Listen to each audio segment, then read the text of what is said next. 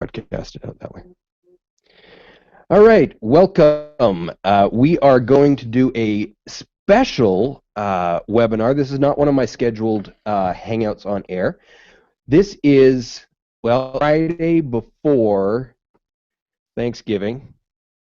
And I've got Jonathan here who wrote the comprehensive article that went out earlier this week on marketing your business for Black Friday. And so we want to do a little video recap review of that article, take a look at some of the highlight points of the article. So, Jonathan, go ahead and start where you want to start. First thing is first. There's a couple things behind the article. The big thing is it's the trend. It's the wave of the moment. You know, it's in marketing. You want to catch as many waves as you possibly can. It's very similar to surfing, and you know, Black Friday this month, it's phenomenal because I don't know if people realize just the amount of traffic involved for Black Friday online. And I mean, so it's one of the motivations behind the article. I mean, it's just a little insider secret here, but just for example, I mean, we're looking at in the next week, 7 days, probably over 5 to 10 million searches just based around this holiday, and that's per day. 5 million searches a day? For, you know, that's broad searches, you know, long tail, anything around Black Friday, and it's pretty fascinating. I mean, if you look at the numbers, so when I say broad searches, I mean that includes the long tail terms around Black Friday and the short tail terms. The long tail terms are kind of like, what can I get for Black Friday? People will type in stuff like that. You know, who has the best deals for Black Friday? So you're talking about millions of people going to the search engines, just figuring out their Black Friday needs, and just the exact match. Now, when I say exact match, I mean people who are just typing in Black Friday or Black Friday sales, the exact keywords. You're looking at easily for Black Friday, 5 million searches this month. The average from December to October is around 30,000 searches a month. Black Friday sales, you're looking at 873,000 searches this month, and most of it's going to be in the next 7 days too. This is not going to be spread out through the whole month. It usually comes within 7 days of it. Black Friday deals, 2.2 million people will search for Black Friday deals, and the crazy part about Black Friday deals is the average from December to October is going to be 1,000 people searching for that a month. So you're talking about a wave that was a lake that turned into a tsunami, pretty much, of searchers overnight. So you know, here we are. We're putting out some really incredible content behind this movement for this wave. And we're trying to, you know, catch the wave at the same time. We're trying to actually help people market their business, because this is not something that you can take a marketing course for and understand it. It's a, you know, I've taken many marketing courses and they don't bring up specific holidays and how to market for them and stuff like that. So, I mean, I've been either directly in SEO or reading and, you know, actively involved for my own businesses since about 2007, and until you and I talked about this last week, I really hadn't heard about this kind of hyper event stuff. I didn't really understand that. I was trying to catch that overall wave. Now, granted, I was in the industry of roofing before I directly got into SEO, so there isn't quite a rise and fall like this is. But tell me, how'd you come across this? What made you even think this is where I need to start looking? Well, basically, first thing is we try to look at the month, you know, a month in advance, and look at what's going to be rising in popularity. You know, next month we have bowl games for college football. We have Christmas, stuff like that, and so if you are a small business, it's important to this is the first, the internet has opened up the opportunity for you to capitalize on the big trend of the moment. Mm-hmm. Whereas if you were back in 1980 and the Super Bowl was happening, chances are if you weren't buying the $1 million commercial, or it was probably like $500,000 back um, then you couldn't really capitalize on the Super Bowl. Mm-hmm. Whereas now with the internet, um, when a big event happens, you have hashtags blowing up like crazy on Twitter and on social networks, and you have all sorts of infographics going viral, videos going viral on YouTube, and so we live in an age where this is really, as much as you would like to think it's a bigger advantage for the big business, it's not. It's actually a better advantage for the small business. It Um, it it's become very scrappy, is kind of what you're saying. Well, yeah, I mean, just think about this. LeBron James came out with a video with a commercial with Nike, and on YouTube that's received over 2 million views, which is a lot. But now as a small business, if you're really creative, you can outbeat Nike's LeBron James commercial, which they've probably spent millions of dollars into. You can outbeat it on YouTube. Dollar Shave Club. Yeah, so we have more opportunities now as small businesses uh, because of the internet to progress to a new level with our marketing. And so I think it's important that we recognize that and capitalize on it for these big trend movements. So, anyways, back to Black Friday though. It's mainly more you're looking at e-commerce websites are going to be mainly affected by this. So if you are a service website, we do apologize. There are some things you could probably still roll out depending on what industry you're in. But what's interesting too is the big question: Black Friday versus Cyber Monday. It's a Okay, big online question. it is. I've actually received it a few times just through working with clients and stuff like that. And after doing the trend research, Black Friday trumps on Cyber Monday 4-1. So basically, for every one search around Cyber Monday, there will be 4 searches for Black Friday. Holy So, cow. so we're talking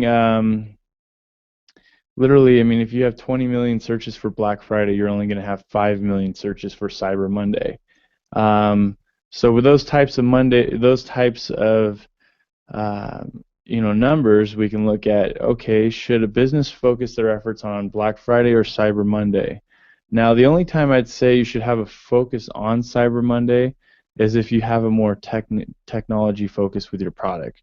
So if you're a Samsung, what is it? If you're a video gamer type company and you offer really powerful computer games, you actually might do really well on Cyber Monday. Whereas if you're offering an iPad, you'll probably do really well on Friday morning. So Well, and also, of course, the businesses that are non-brick and mortar are going to do well, like Zappos, um, you know.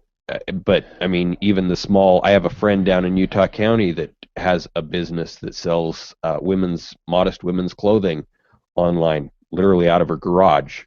Um, you know, well, yeah. but it's Sorry to cut you off, yeah, Dennis, but you're fine. here's some really good points too on what you're talking about. Online businesses compared to brick and mortar. So last year, the total sales came out for Black Friday, and um, the online grew by 32%. The online sales. Okay. So 2008. Let me actually pull it up real quick here. And I'm going to screen share you. So while you're pulling this up, go ahead and point at things with your mouse so that people can see really what you're trying to point at. So right here we could see 816 million in online sales in 2011. Mm-hmm. 2012, 1.4 billion. So it's a pretty solid growth. And the interesting is the average spend per shopper too took a big growth sprout from 398 to 423. Wait a minute. What you're telling me here, these are Black Friday online sales. This is what we traditionally have thought about as Cyber Monday and what I was just talking about right now as Cyber Monday. But what you're saying here This is is the day. This is not even including the whole weekend. So this doesn't include whew, Thanksgiving. So $1 billion will be sold online in 7 days. At least over a billion. that's 7 days from today. I wouldn't be surprised if 2013 numbers, if we saw it hit 1.2 to 1.3 billion in online sales. The Wow. growth in store, though, I want to show only grew by 1.3%. So the online sales grew by 32%, whereas the in-store brick and mortar only grew by 1.3%. So what you're seeing here is that A, companies are offering the same deals online. B, I mean, no one likes to wait in lines. First of all, I'm kind of I love sleep. I don't know about you. I'm not a 6 a.m. guy. It's even hard for me to get up to go to work at 6 a.m. So what's going to make me get up and go shopping at 6 a.m.? Oh yeah, for sure. So that, and I think the internet has helped increase helped made us more homebodies. There's a lot more homebodies in the world today. So just to know that I don't have to drive around town and scramble and deal with all sorts of crazy people running after products that I don't really care about. It's kind of nice. I could go online and I could jump from website to website in seconds, whereas if I was out and about, I'd have to probably drive 10 minutes to each store, 5 minutes to each store if you're in a nice community. So, and the great part is a lot of the same deals are online, and the product's usually there online. I don't know if people realize this, but if you go to the store and there's 5,000 people waiting outside and wanting the PlayStation 4, and they only have 300, You're cooked. they'll sell out in the store, but they will not sell out online because you're buying from the main headquarters online, whereas you're only buying from the small retail store in the store. So You couldn't hear. I just had some music go on that went. Mur, mur, mur, mur. That's really sad. Yeah, I mean, the point is like the incentives to buy online are actually not as bad compared to the in-store. There are some traditional folks, and we got to respect that they love the concept of waiting in line at 6 a.m. and bless their souls, we need them on this earth, because I don't know where Black Friday would get its growth from if it wasn't for those people. I have a sister-in-law that is yeah, hardcore, loves Black Friday, and I shake my head. I don't understand why she loves it. She will spend all day during Thanksgiving like strategically planning the attack. I mean, it is like warfare. And she's just into it. And she's this really quiet, docile, not in your face. But I'll tell you what, when Black Friday comes around, gloves come off. And like I said, there's nothing wrong if you're that type of Black Friday shopper. It is funny though, being on the marketing end, you kind of see both sides, and so you see past the deal a little bit more when you're on the marketing side. Oh yeah, for sure. Because when you're the one making the deal, you definitely look at it like, is this really a deal? Like, and as marketers, you definitely it definitely impacts you. You don't get as fooled by the 10% off or the 20% off. Now there are people that they love that, and I love discounts. Don't get me wrong, and that's good. So it works in marketing. So on to what else we were talking about here. There's many different ways that online websites or businesses can go about it.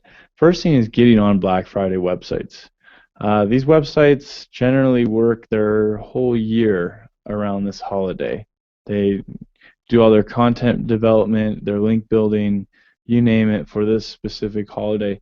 And so chances are you're not going to beat them. Because you know, as a business, you're probably maybe working a few weeks out of the year to do really well for Black Friday online. These guys work the whole year. So have you looked up some of the behemoths of the Black Friday websites that you're talking about? I mean, can you name some URLs? Well, yeah. So like BlackFriday.com, which bought out most of the Black Friday websites, they're a pretty big deal. Offers.com, DealNews.com, they have big Black Friday sections.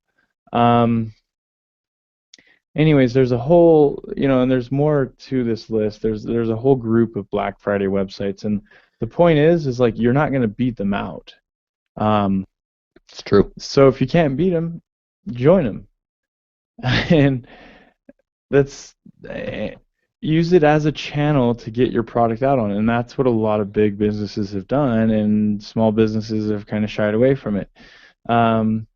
It is a little bit, it does take money, advertising money, but it's a good channel to consider placing your advertising instead of having it on a traditional billboard that might cost you $1,000 a month that might not even do anything.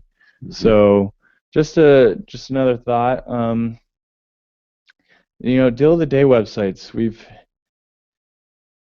hit this day and age where they're a dime a dozen, but they still make money, and I don't get how they make money, but Groupon, we have a lot of Living Social, we have a lot of local ones like KSL, where there's time deals, the whole day deal, all day deals, and they'll mark a product 50% off, and those are going to be booming as well next week. It's kind of their season to enjoy giving discounts as well. So one of those things, if you can find some to get on, I know local newspapers across the country have them. San Diego Tribune, they have a really good one out there that I was going to be a part of. I was going to do a product on a few years ago.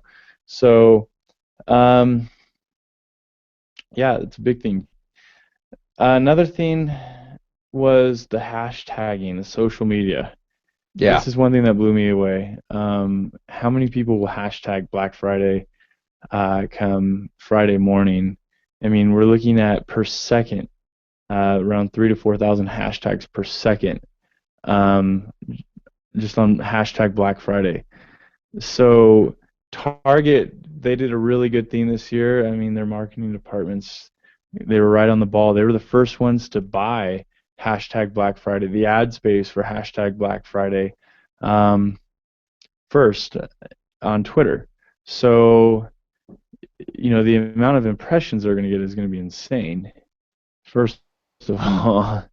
So, and the thing is with hashtags, it is difficult. This is probably one of the most, you have to be as creative and as innovative with hashtag marketing. You can't just throw up a bunch of hashtags and expect, hey, they're going to see my name and come to me. But if you do have some really cool deals that you want to offer to people through Twitter, and just say 70% off this, if you find this hashtag, type in this code, people will find it. Let's touch just on hashtags a little bit, because even though hashtags at this point are now available on basically all platforms of social media, they have personalities. They don't function the same way on, say, Instagram, which pretty much the best way to search anything on Instagram is the use of hashtags. So that's really how you find stuff on Instagram. Okay? Yeah. So dropping big lists of hashtags on Instagram is appropriate and even thought of as cool. You go do that on Google Plus, people are going to blow you up. They're going to be so mad. 2-3 hashtags and, that's it. And keep in mind, Google Plus automatically reads your content and throws a hashtag or two up there. On Facebook, hashtags are different than the others because if you hashtag on a page, like a business fan page, then that hashtag is live to the world. But if you and I hashtag with each other on our personal pages, only you and I and those who follow us can see those. So hashtagging on Facebook's a little more personal. If you're trying to use this for marketing, those little nuances are really going to be vital to how effective you're going to be at, Yeah, hashtag Black Friday. knowing the social engines is a big thing. You know, Instagram is definitely the spammy hashtag arena where you could throw up 30 and it's cool, people enjoy it. And then They do. They literally enjoy it. It's kind of fun, and I enjoy it there. But yeah, I'm still, I enjoy the hashtags.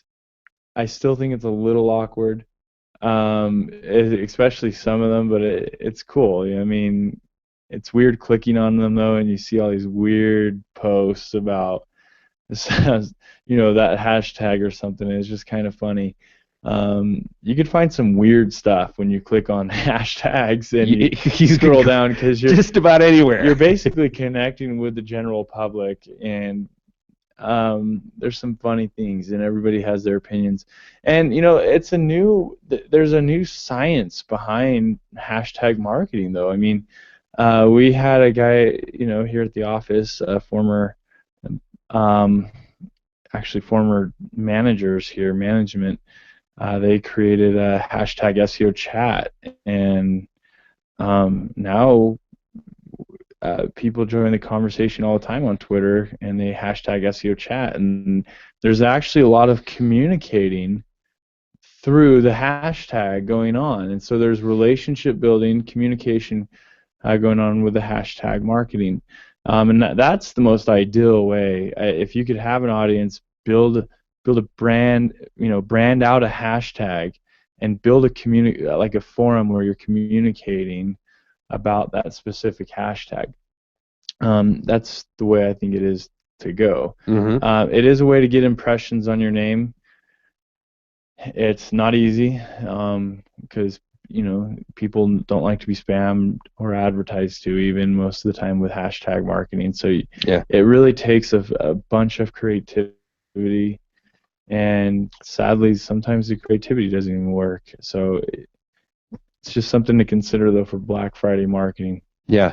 And the key with in this day and age, the key with any of these online marketing, it's how you effectively overlap various things.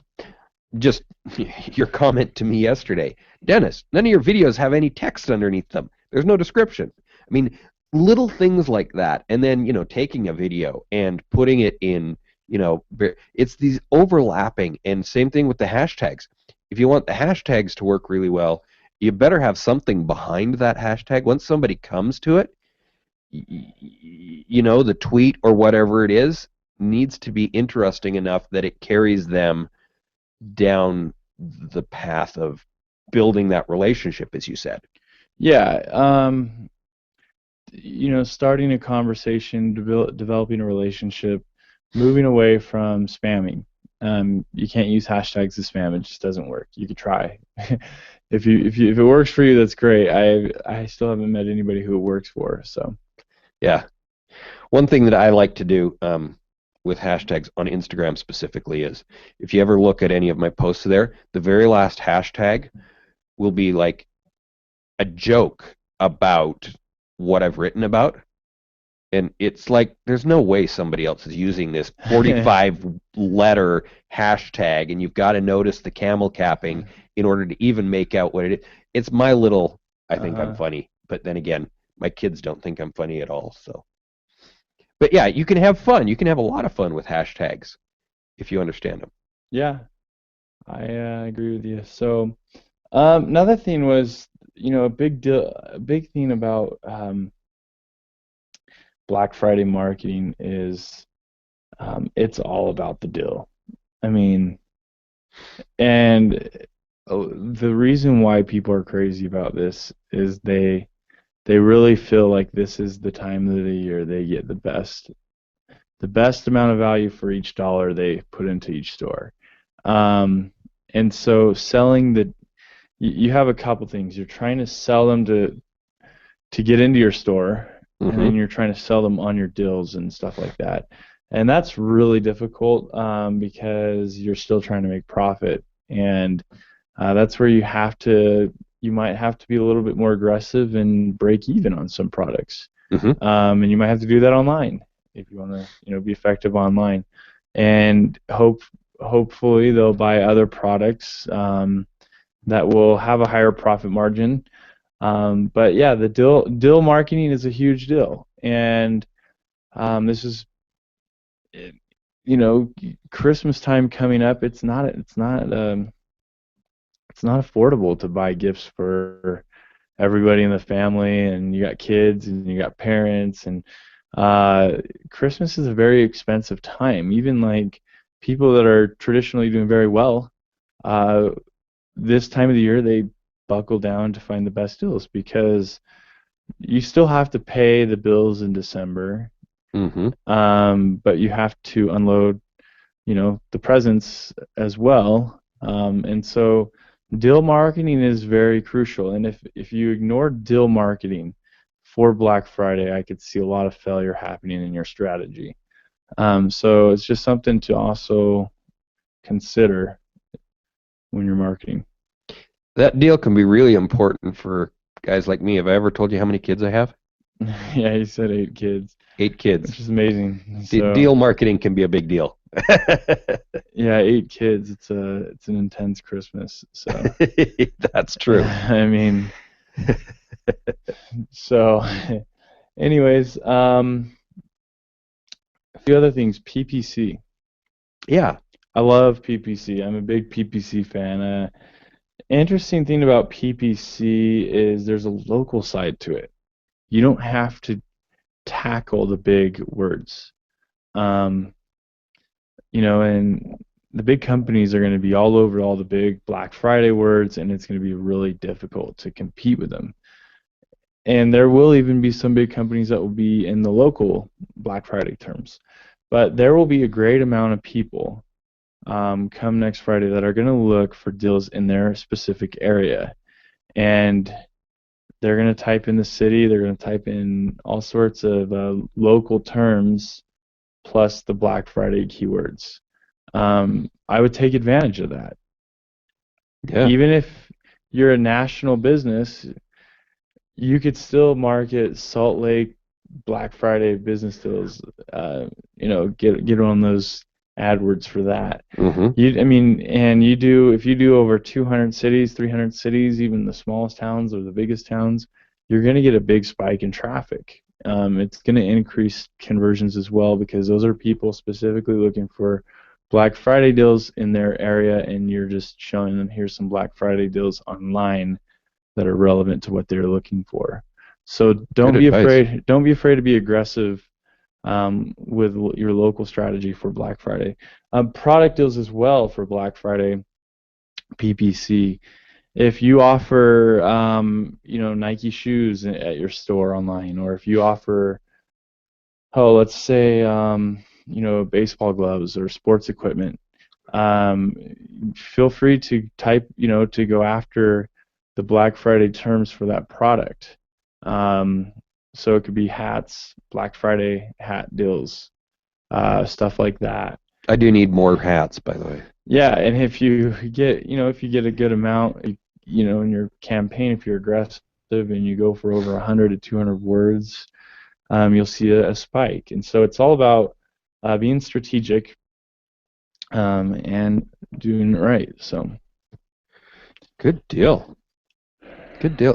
That was some really helpful advice for businesses. Hopefully, people have found, a nugget within this that can help them in, marketing their business, whether it's local, online, or national. yeah, and this is not just for the businesses as well. This is also for the consumer. Because if you're the consumer and you're looking for the deal, you can look for them through the hashtags. You can look through them through the PPC, the search engine terms. So I hope everybody's getting something out of this, regardless if you own a business or not. Because we know everybody doesn't own a business. And especially if you do own a business, you might not own an e-commerce business online. Correct. So you can reverse engineer this entire presentation as a consumer to utilize what's going on to help you find better deals. Mm-hmm. Being smart. Yep. And just this year, this is going to be the first year you can actually hashtag search in Google. Because that was about August that they Yeah, became it effective. hasn't. So You know, the thing about hashtags, the Google search, is it's not as popular. So I wouldn't rely on it for impressions or hit clicks.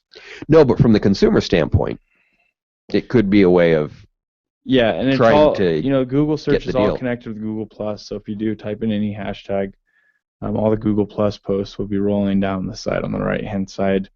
So, Yep. All right, good deal. Well, again, thank you so much for joining us and talking about Black Friday. And we're going to have the links to this article everywhere I post this video or chunks of the video. So if you're watching this and you want to read the in-depth article, because really this was a light review of a very in-depth study that you've done. yeah, just a little clarity too. When you write articles, if you are into article marketing, go big. Don't stick around the 1,000 words. Go to the 2,000 to 3,000 words. It works. I mean, and we're seeing some really good numbers from this because of that. So, everything's big. Make everything big. Go big or go home. Yeah, and with everything you do in marketing, make it big. So, you know, that's one of the things a lot of people that play in the same field I do. I mean, I'm not a blogger, I'm a vlogger, right? And so a lot of people in the video world will tell you, you know, keep that video under 2 or under 3 minutes.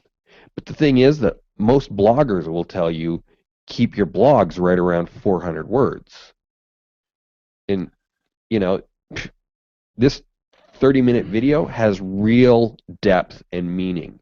And if you really want to learn something, you can't teach it in 5 minutes, 3 minutes, 2 minutes. no, and you know the search engines they're getting smarter. They're able to pick up quality over.